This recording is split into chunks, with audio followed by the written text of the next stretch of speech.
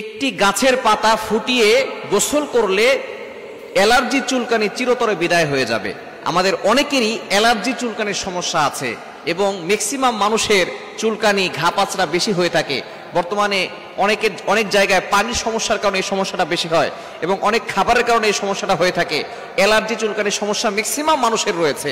একটি গাছ, এই গাছটা হচ্ছে জান্নাতি গাছ এবং এই গাছের গুরুত্ব আল্লাহ তাআলা কোরআনেই বলে দিয়েছেন, ইনদা সিদরাতিল মুনতাহা ইনদাহা জান্নাতুল মাওয়া।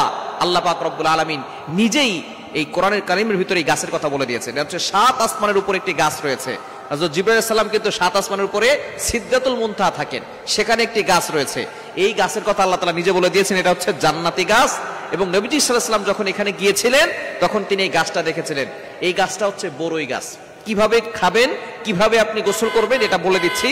তবে নবীজি সাল্লাল্লাহু আলাইহি ওয়াসাল্লাম যখন গিয়েছেন তখন তিনি বলতেছেন, এই গাছটা দেখার পরে তিনি বলতেছেন, এই গাছের পাতা, বড়ই গাছের পাতাটা হচ্ছে হাতির কানের মতো, এত বড় পাতা, আর এক একটা বড়ই ওজন হচ্ছে 12 মণ ওজন। সুবহানাল্লাহ বিহামদি।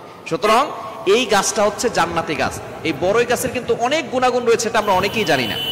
নবীজি সাল্লাল্লাহু আলাইহি সাল্লামের কন্যা যায়েনব রাদিয়াল্লাহু তাআলা আনহা যখন তার ইন্তেকাল হলো, বুখারী শরীফের হাদিস, তখন তাকে এই বড়ই গাছের পাতা দিয়ে আর গরম পানি দিয়ে গোসল করানো হয়েছিল। এখন কিন্তু মানুষ মারা গেলে বড়ই গাছের পাতা দিয়েই গোসল করানো হয়, তাই না? বড়ই গাছের পাতা দিয়ে গোসল করানো হয়। এখন বর্তমান অনেকেই প্রশ্ন করেন, হুজুর এত জিনিস আছে, ভালো ভালো সাবান আছে, বর্তমান আপডেট যুগে অনেক সুন্দর সুন্দর, অনেক ডিজাইনের এবং অনেক ক্লিন করার সাবান বের হয়েছে, সেগুলো দিয়ে গোসল না করে কেন বড়ই পাতার পানি দিয়ে গোসল করানো হয়? 1500 বছর আগে নবীজি সাল্লাল্লাহু আলাইহি ওয়াসাল্লামের কন্যাকে এটা করা হয়েছিল। নবীজি সাল্লাল্লাহু আলাইহি ওয়াসাল্লাম বলে দিয়েছেন, এখন 1500 বছর পরে চিকিৎসা বিজ্ঞান এটা নিয়ে গবেষণা করেছে। গবেষণা করার পরে দেখে, যখন গরম পানির ভিতরে বড়ই গাছের পাতা দেওয়া হয় তখন ওই পানিটা এতটা ক্লিন হয় এবং এতটা পরিষ্কার পরিচ্ছন্ন হয়, অন্য কোনো ভাবে এতটা পরিষ্কার পরিচ্ছন্ন অল্প সময়ের ভিতরে কোনো পানি হতে পারে না। সুতরাং মৃত্যুর যখন কোনো মানুষ ইন্তেকাল করে তখন তাকে এই পানি দিয়ে গোসল করানো হয়। এই 1500 বছর আগে কোনো ল্যাব ছিল না, কোনো টেকনোলজি ছিল না, তখন নবী সাল্লাল্লাহু আলাইহি ওয়াসাল্লাম এই কথা জানিয়ে দিয়েছেন। আর বর্তমান বিজ্ঞানীরা নিয়ে গবেষণা করে শেষ পর্যন্ত তারা মুসলমান হয়ে গেছে। সুতরাং এজন্যই যেহেতু পানিটা খুব ক্লিন করে এবং মৃত মানুষকে সুন্দর করে পরিষ্কার পরিচ্ছন্ন করে গোসল করে, এজন্যই গরম পানিতে বড়ই পাতা দিয়ে গোসল করানো হয়। সেই পানি দিয়ে যদি কেউ গোসল করতে পারে এবং ফুটিয়ে যদি সে গোসল করতে পারে গরম পানি দিয়ে, অথবা যদি সে এই গরম পানির পাতাটা, সে বড়ই পাতাটা যদি গরম পানিতে দিয়ে খেতে পারে অথবা চায়ের সাথে খেতে পারে, দেখবেন আস্তে আস্তে তার অ্যালার্জি চুলকানি এগুলো চিরতরে বিদায় হয়ে যাবে। কেননা গাছগাছালির ভিতরে কোনো সাইড ইফেক্ট নাই, এটার ভিতরে আল্লাহ পাক রব্বুল আলামিন শেফা দিয়েছেন।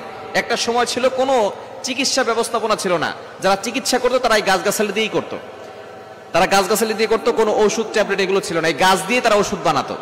এখন আলহামদুলিল্লাহ তো অনেক সময় চলে আসছে, আর আমরা এই বিভিন্ন ধরনের ওষুধ খাওয়ার কারণে দেখা যাচ্ছে আস্তে আস্তে একটা জিনিস সারে অন্য দিক দিয়ে বড় ধরনের ক্ষতি হয়ে যায়।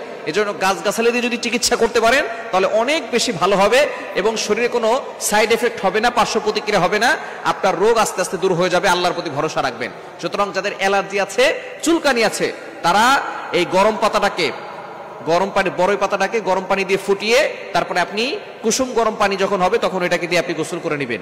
ইনশাআল্লাহ দেখবেন আপনার চুলকানি, অ্যালার্জি কমে যাবে। এবং মাঝে মধ্যে পাতাটা আপনি ভালো করে ধুয়ে ওটা চিবিয়ে খেতে পারেন, ইনশাআল্লাহ দেখবেন আপনার ভিতর থেকে অ্যালার্জি চুলকানি কমে যাবে ইনশাআল্লাহ।